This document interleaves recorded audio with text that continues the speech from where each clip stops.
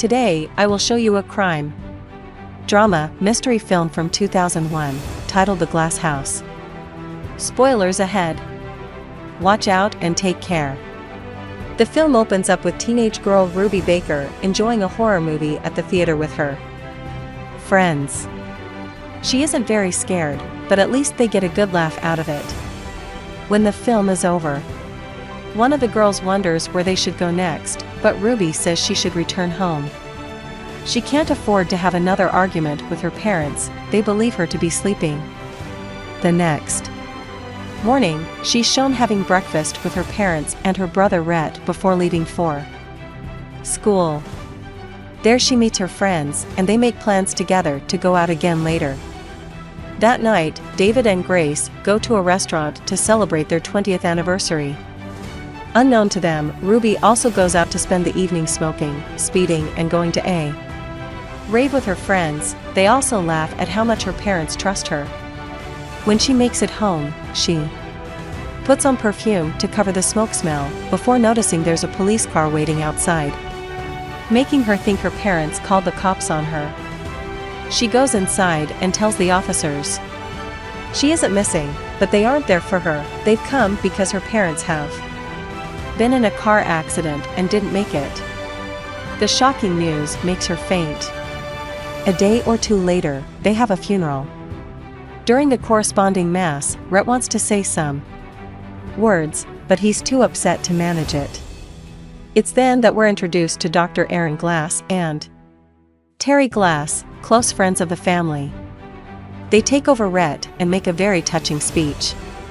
When the mass is over, Ruby is approached outside by her uncle Jack, who offers his help with anything she may need.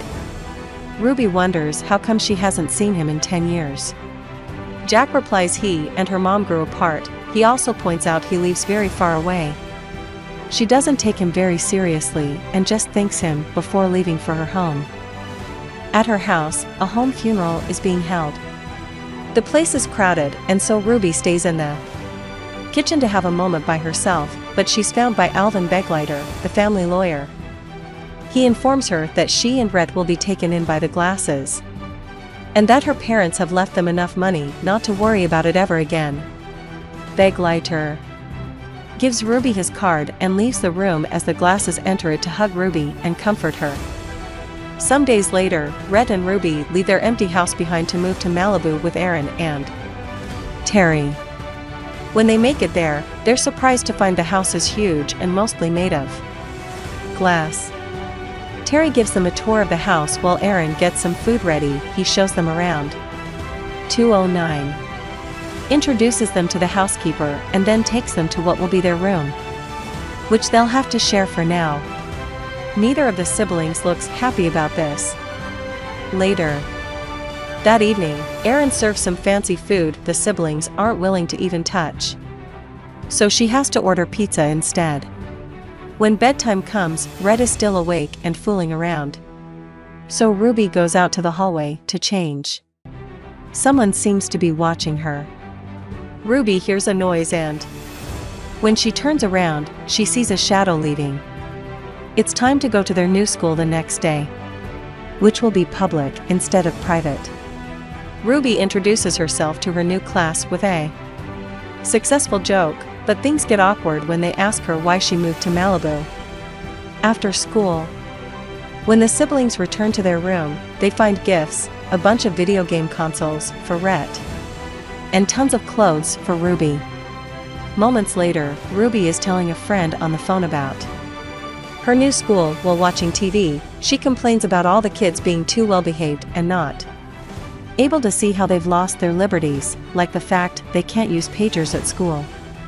Her chat is interrupted by Aaron, who calls her over to the kitchen while they're putting away the groceries. Aaron tells her she should have a better attitude towards her new school. Turns out she had been listening to her phone conversation. Later that night, while in bed, Ruby believes her mom is there to wake her up, but when she suddenly sits up in the bed, she realizes it was just a dream. Too upset to sleep now, she changes into a bathing suit and goes for a swim at the house's own pool. All is going well until a presence startles out of it. It's Terry, who has been woken up by the noise. He says he thought it was an intruder because he isn't used to having kids around. He helps her out of the pool and gives her a towel as he stares at her inappropriately. He bans night swimming from now on, since the glass allows all noise to go through, and says he'll start setting up the alarm at night. Another day at school, Ruby is shown a video about drunk driving, which makes her think about her parents' accident and upsets her in class. She continues to be upset later at dinner when the Glasses ask her about her drive ed classes. So she excuses herself and goes to the bathroom to search for some painkillers. Aaron finds her there and tries to comfort her. Ruby lies and says this is about her having her period. Aaron takes her to her own bathroom, where Ruby finds out she's keeping a big amount of pharmaceuticals. Ruby's given a pill that turns out isn't just a painkiller when she goes to bed. She's too relaxed and spaced out, not even bothered by Rhett's video game playing. A couple of hours later, she wakes up to find Rhett sleeping on the floor in front of the TV. As she drags him to his bed, she hears Aaron and Terry arguing and steps out of the room to take a look. Terry closes the curtains as soon as he sees her there. Next day at school, a classmate asks Ruby about the rumor of her having been on academic probation. Ruby explains about the time she had gone partying instead of doing her homework. So she downloaded the essay from the internet and handed it in, but she was busted. When she goes back home, Terry asks her to come with him to a premiere. Ruby says she has homework to do, but Terry tells her she will have enough time, so she accepts to go with him. In the end, however, Terry doesn't drive them to the premiere, he takes them to a restaurant. While eating, he reminisces about the day he met the Bakers. Ruby takes the chance to ask him if last night's argument was about them, and Terry says no, it was just usual married couple stuff and being married to Aaron can be lonely. She points out it's her bedtime, so Terry drives her back. But he's doing so rather fast and wildly. After almost crashing against another car, Terry pulls over and leans in towards her in a very creepy manner, then claims it was just to help her fasten her seatbelt. When they make it to the house, Ruby goes to the living room to pick up her books and finds a baked Aaron injecting herself. Worried about all the things she's noticing, the next day after class, she goes to visit Beglighter to tell him all about it. Beglighter reminds her that if it doesn't work out with the Glasses, the siblings will become wards of the state. Ruby points out that she made the housekeeper drive her all the way from Malibu, then hitchhiked, which made her very scared but kept going because she was sure Beglighter would help her. Beglighter says he'll see what he can do, and when Ruby asks him how much money her parents left them, he says it's $4 million. After Ruby leaves, he makes a phone call. Night falls. After dinner, the Glasses dismiss Rhett so they can talk to Ruby. They tell her that what she saw last night was Erin giving herself insulin injections for her diabetes. They also mention how she got skittish around Terry. They ask her to trust them. She replies she maybe overreacted. The next day, Ruby is never picked up from driving school, so she walks all the way to GTI, Terry's company. The receptionist tells her to wait in the lounge, and there, Ruby sees Terry being threatened by loan sharks he owes money to. When Terry is violently pushed against the glass wall, she gets scared and decides to go wait in the repair shop, where she freaks out when she finds her parents' car. She can't investigate much, because it's at that moment that Terry comes to pick her up to take her home. On their way back to the house, Ruby tells him she had to show up at the shop because the housekeeper didn't show up. Terry explains he's fired her and Erin was supposed to pick her up instead, but she got held up at the hospital. Ruby asks why he fired the housekeeper. Terry confesses he knows she had driven her out of Malibu without his permission, and that is their job to know everything. During dinner that night, Ruby sees Terry put on the code for the house alarm and secretly writes down the Numbers. A few hours later, Ruby pretends to be doing her homework, but she's actually looking at an article online about her parents' accident. It mentions the wrong car. She writes an email to Gulager asking him about it.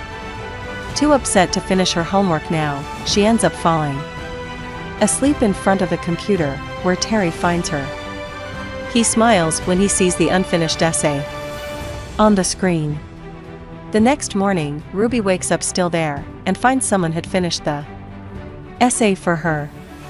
She thanks Terry for the help. He replies that would be wrong, but winks at her. Later at school, Ruby is summoned to have a meeting with an inspector for social services. Ruby tells her about all the weird things that she's noticed around the house. But she's worried that the agent going to check it out will get her in trouble. The agent tells her she'll say is just a routine check and Ruby can pretend not to know her. When the agent shows up at the house a couple of days later, the glasses were ready for her. They had prepared separate rooms for the siblings, put away Rhett's video games and hid all the pharmaceuticals. When the agent asks Rhett what he does in the evenings, he lies and says he reads.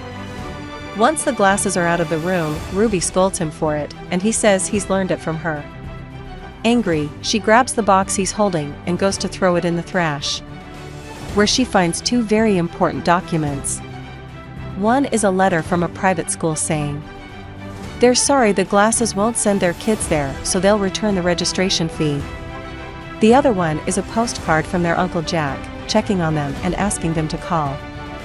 Ruby tears off his phone number to keep. A few hours later, in the middle of the night, Ruby is working on the computer when Terry passes by to ask if she likes her new room. She replies it couldn't have come at a better time. After Terry's gone, she tries to contact Gulager through email. She finds out her internet account has been closed. A phone rings and Terry picks it up. It's the loan sharks demanding their money. Ruby picks up a different phone to listen on the conversation and is almost discovered by Terry, but she hides just in time. She hears Terry mention he's found a new personal piggy bank. After Terry goes back to bed, Ruby uses a special code on the phone to find out where the call came from and save the number. At school, Ruby is unsettled, so she leaves the classroom to call Gulager through the payphone. She tells him he hasn't gotten his emails because Terry busted her account, so he tells her what he's found out then. The BMW her parents drove the night of the accident belonged to Terry's company. It makes her think the accident was a trap prepared by Terry, but she cannot tell him this because her teacher interrupts the conversation to take her to see the vice principal. They've found out her essay had been plagiarized from a book. They also somehow know she's done this before. The vice principal has already told the glasses about the incident, and tells Ruby she isn't sure she can continue in that school.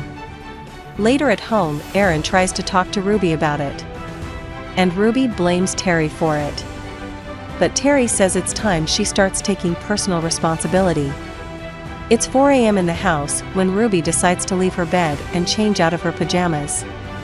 She goes to the living room, where she finds a flyer from an all-female boarding school before trying to reach her Uncle Jack on the phone, only to get the answering machine. With a plan in mind, Ruby steals Terry's car keys, wakes up her brother to make him come with her and, after turning off the alarm with the code she learned the other day, they take a car and escape the house. The noise wakes Terry up. The siblings can't go very far, however, because the highway is closed thanks to a mudslide. The cop that explains this to her is suspicious of her age and asks for her license and registration, which she of course doesn't have.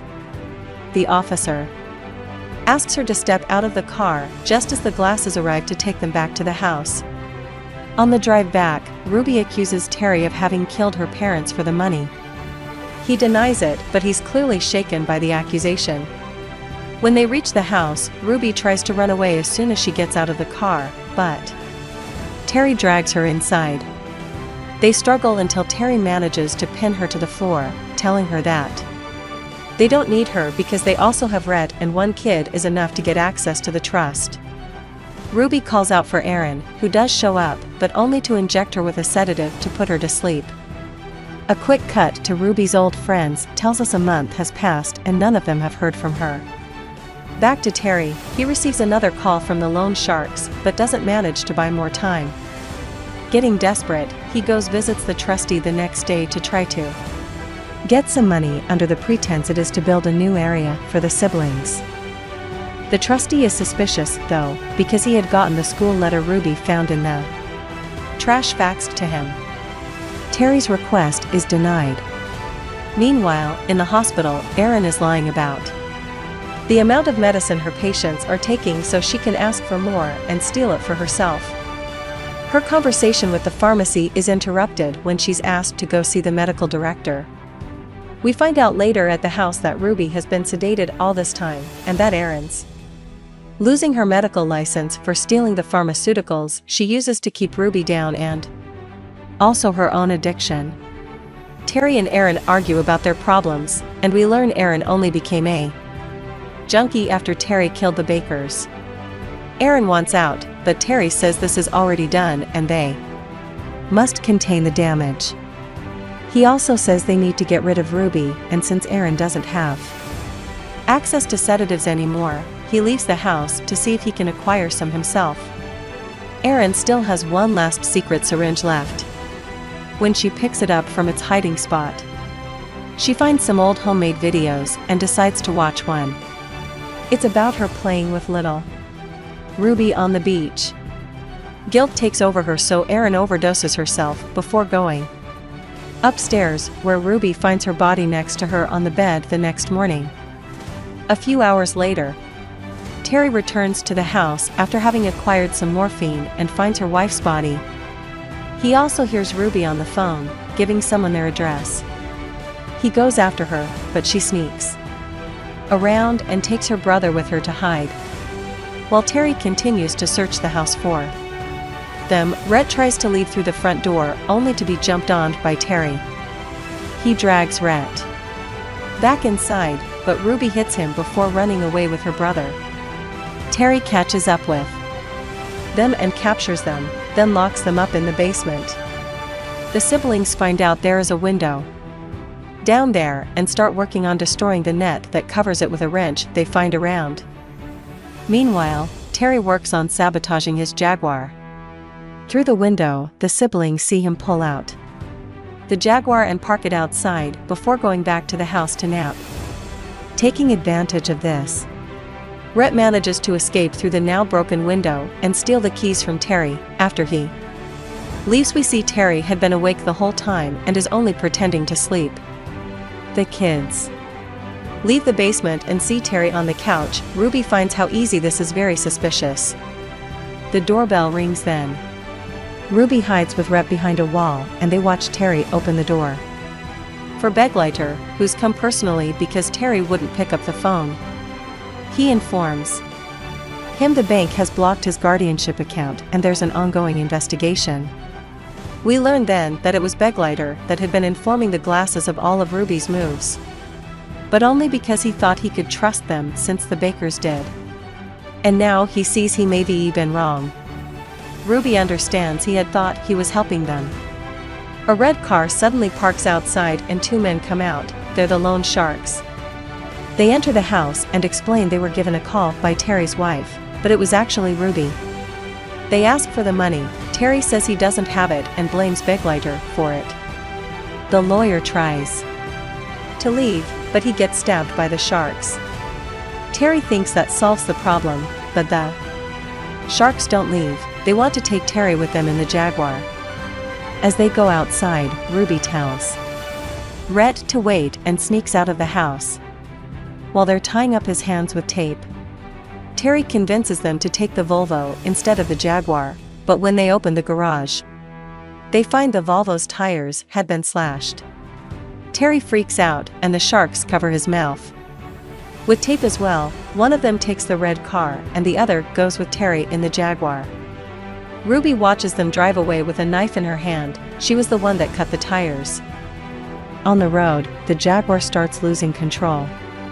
It hits the red car, sending it to crash against a truck.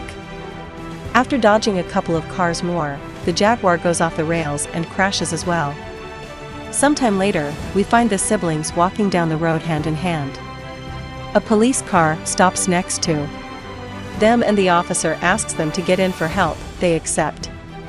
A little later, they drive by the destroyed red car, where cops are already taking care of the situation.